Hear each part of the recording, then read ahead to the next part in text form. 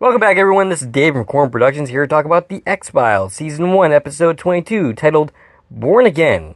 The episode's description reads as follows. An 8-year-old girl is the prime suspect in a series of bizarre, seemingly unrelated deaths. The episode was written by Howard Gordon and Alex Ganza. Ganza has only one more episode in the series in the second season episode.com. Gordon would work regularly for the next 4 seasons. The episode was directed by Jared Freeman. He last directed Ghost in the Machine, and that's pretty much it for his work on this series. The episode originally aired on April 29th, 1994. Before going any further, I'll tell you a couple of things. One, this is not a spoiler-free podcast, so if you haven't watched the episode, I highly recommend go and check it out and then come back and give me a listen. Secondly, if you're listening to one of the platforms this podcast is now available on, please follow and feel free to check out my YouTube channel, Corn Productions, where additional content can be discovered. If you're already on my YouTube channel, please like and share, and comment, and please subscribe to my channel. David Duchovny has said he hates this episode, and I don't blame him. As expected, I didn't enjoy watching it too much, and I'm giving this episode the 3-minute treatment. I'm not going to be going scene by scene, but just providing some production background, including some of the actors that are in this episode. When I get beyond the first season, which I'm only a couple episodes from, I am only going to be talking about the episodes that interest me, not the ones that I have absolutely no interest in talking about whatsoever, which is this episode.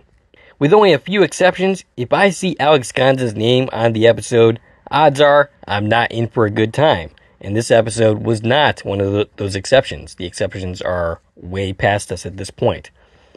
Weirdly, the next episode deals with the same idea of a person coming back from the dead, inhabiting someone else as a means of revenge. And this is like the third episode of the season to tread similar ground. The other, of course, being Lazarus. Internet Movie Database says, Gillian Anderson was pregnant with her first child in the later stages of Season 1. This is probably the first episode in which it's fairly obvious that she's expecting, with a pronounced use of trench coats to cover up her baby bump. According to the X-Files wiki, this episode did not meet the producer's self-imposed expectations. This was because many felt its premise was too similar to soul transfer or possession themes dealt with in several episodes broadcast around the same time. Howard Gordon was also dissatisfied with the final version of this installment, believing it to be a little too cop-showy for his liking. He cited this as his second least favorite episode of the first season, calling it just mundane. Moments later, Gordon added, there were parts of it that I think were interesting, but I don't think it was very well executed on any front. It was a pretty classic Back from the Dead revenge tale, and not done particularly interestingly.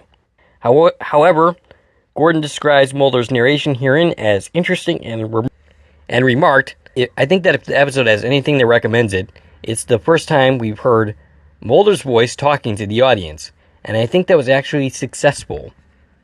I liked that wrap-up. Chris Carter similarly felt that this episode was largely dissatisfying, though not without some merit. One of our least successful episodes, he complained. I thought the direction was a little sloppy. Hey, that's a shot at our director for this episode. But it's one of those episodes that plays a little closer to reality, and I like that about it. There's a nice little twist in it about a man marrying the wife of another man he had killed. There were actually some nice effects, just not one of my favorites.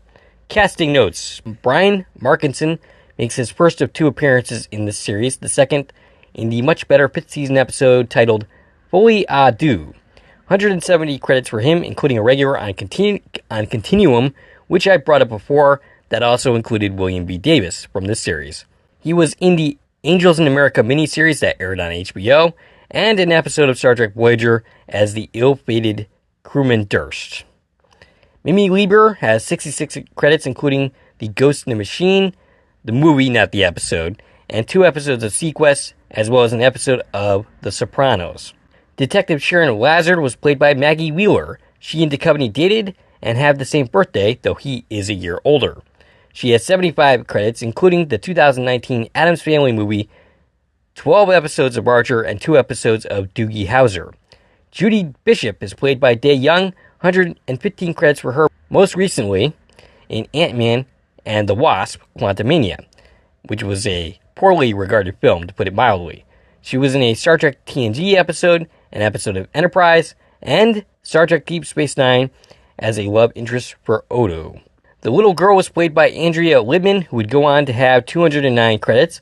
A lot of voice work, particularly in My Little Pony properties, which I found to be particularly interesting. That's miles away from her work on this episode, that is for sure. Alright, that's pretty much it. This episode was no good. I didn't enjoy it.